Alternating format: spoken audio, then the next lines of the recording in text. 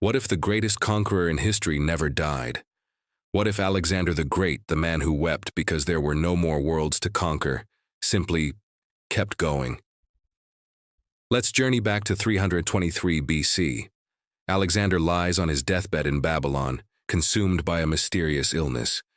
But in our timeline, a twist of fate, a flicker of impossible resilience, allows him to recover. What happens next isn't just a change in history. It's the birth of a completely new world. Having cheated death, Alexander is seen as more than a king. He's a living god. This newfound divinity fuels his ambition.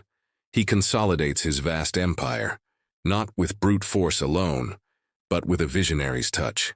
Instead of fracturing, his empire becomes a crucible of cultures. Greek philosophy blends with Persian administration and Egyptian mysticism. Alexandria isn't just one city in Egypt. It becomes the model for dozens of Alexandrias across the continent. Hubs of knowledge, trade, and innovation, connected by a network of roads that would make the Romans jealous. His gaze then turns west. Instead of his generals squabbling over territory, a unified Hellenistic superpower faces a young, ambitious Roman republic. The clash is inevitable. But this isn't the divided Greece Rome historically conquered. This is Alexander's empire, armed with advanced siege tactics, a combined arms military, and a treasury overflowing with the wealth of the East. The Punic Wars might never happen, or if they do, Carthage might find an unlikely ally in Alexander against a common rival.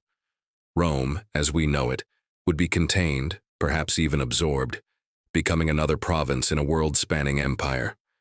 Latin would become a regional dialect, not the foundation of Western languages. With the Mediterranean secured, Alexander, ever the explorer, looks to the ocean sea. His explorers, funded by the endless resources of the empire, push the boundaries of the known world. They round Africa centuries before the Portuguese. They cross the Atlantic, not by accident, but with purpose-built fleets, seeking new lands to map and understand. Their arrival in the Americas would be a moment of cultural exchange, not just conquest. Imagine Hellenistic philosophy meeting the complex societies of the Maya or the Inca. The result would be a unique synthesis of ideas, technologies, and beliefs. The new world would be integrated into the old one over centuries, preventing the devastating population collapses seen in our timeline. Fast forward through the centuries. An immortal Alexander guides his empire through ages of change. The Industrial Revolution? It might happen centuries earlier, sparked in the grand libraries and workshops of Alexandria, fueled by a global trade network. Instead of competing European nations scrambling for resources, a single, stable empire directs technological progress. Steam power, electricity, and engineering marvels would develop under a unified Hellenistic framework. Architectural styles would be a blend of Greco-Roman columns, Persian arches, and perhaps even Mesoamerican pyramids, creating cityscapes unlike anything we can imagine. By the 20th century, there are no world wars.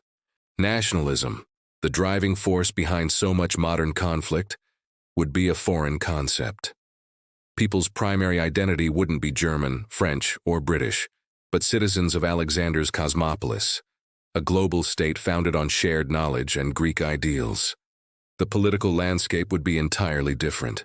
Would it be a monarchy ruled by a wise, immortal philosopher king? Or would Alexander, influenced by his teacher Aristotle, have eventually guided his empire towards a form of global, representative democracy? His greatest challenge wouldn't be conquering lands, but winning the hearts and minds of billions, ensuring his ancient vision remains relevant in a world of ever-increasing complexity.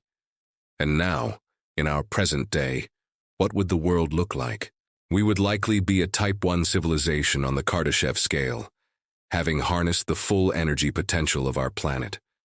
Our language would be a descendant of Koine Greek, our values shaped by Aristotle and Plato. We might have colonies on the Moon and Mars, driven by the same insatiable curiosity that first drove Alexander out of Macedonia. He would be the ultimate celebrity, the living founder of our global society. Imagine him thousands of years old, giving a live address from a studio in Alexandria, his insights shaped by millennia of experience, still inspiring humanity to reach for the next horizon.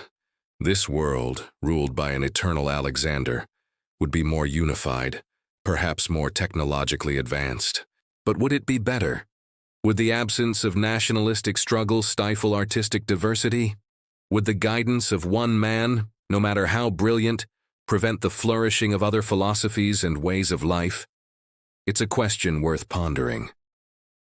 The story of Alexander the Great is a testament to the power of a single individual to shape the world.